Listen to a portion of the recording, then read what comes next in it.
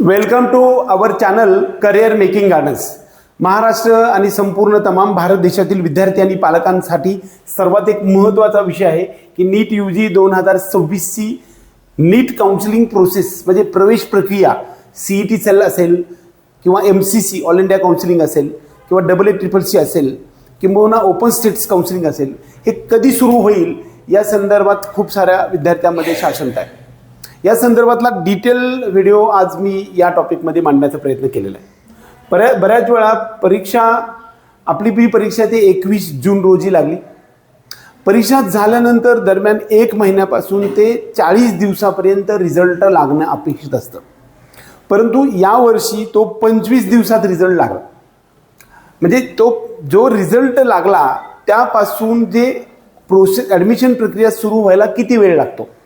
बऱ्याच वेळा वेगवेगळ्या अथॉरिटीनुसार हे सगळी ॲडमिशन प्रोसेस सुरू असते.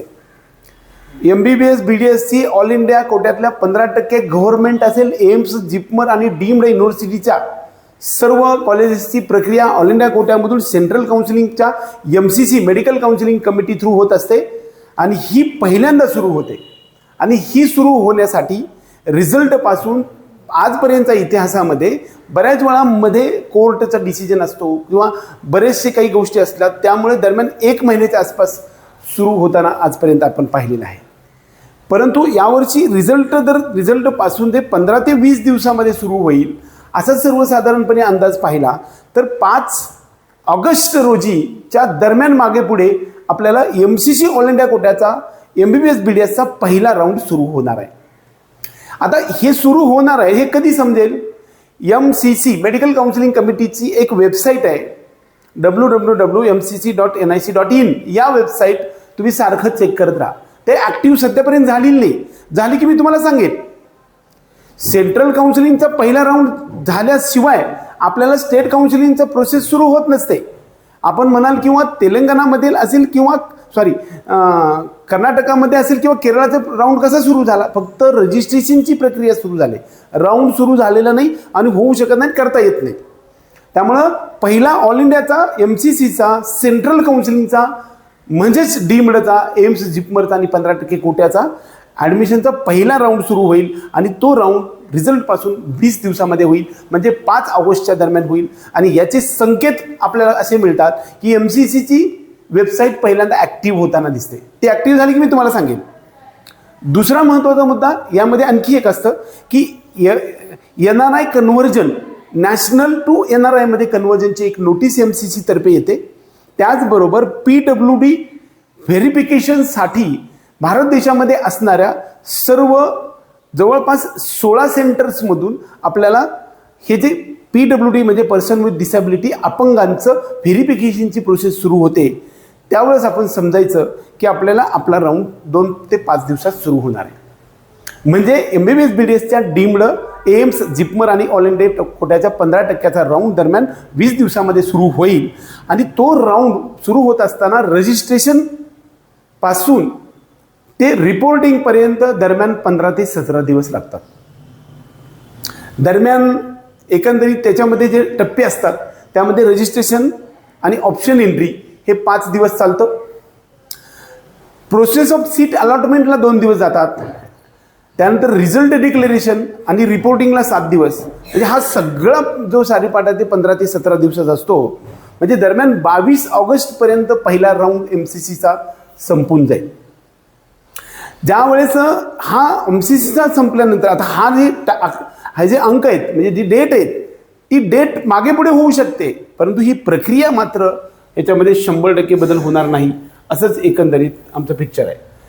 यानंतर जर पाहायला गेलं तर महाराष्ट्र CET सेल मार्फत MBBS BDSचा एक ग्रुप, BMS BUMS BHMSचा B ग्रुप, audio therapy, speech therapy, occupational therapy आणि speech language therapy, prosthetics and orthotics ह्या अलाइड कोर्सेसचा C ग्रुप, याचं एकत्रित रजिस्ट्रेशन सुरू होतं MCCच्या राऊंडच्या 10 दिवसानंतर. म्हणजे 15 तारखेच्या आसपास, 15 ऑगस्टच्या आसपास आपल्याला महाराष्ट्रातला CET सेलचा MBBS BDSचा त्याचबरोबर सगळ्यांसाठी रजिस्ट्रेशन ओपन होईल.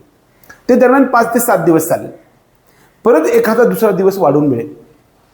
आणि नंतर एक लिस्ट येईल आणि ही लिस्ट आल्यानंतर आपण त्यामध्ये एक आपल्याला नंबर मिळेल, त्या नंबरला आपण SML असं म्हणतो आणि तिथून पुढे प्रोसेस सुरू होणार आहे. आता BMSचा राऊंड कधी सुरू होईल?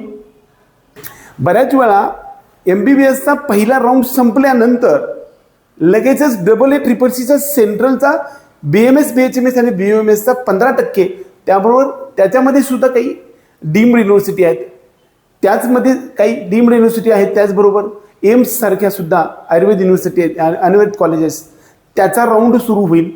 त्याच्यासाठी 20,000 रुपये मेरिट कोट्यासाठी आणि डीम्डसाठी 55,000 रुपये भरून आपल्याला रजिस्ट्रेशन करण्याची सुरू होतो आणि पहिला राऊंड संपल्यानंतर BMS, BUMS, BHMSचा आपला महाराष्ट्र राज्यातला राऊंड सुरू होतो आणि अगदी त्याच दरम्यान CET सेल मार्फत आपल्याकडे फिजिओथेरपी, ऑडिओथेरपी, स्पीच थेरपीचा राऊंड सुद्धा सुरू होतो. तो कधी होईल?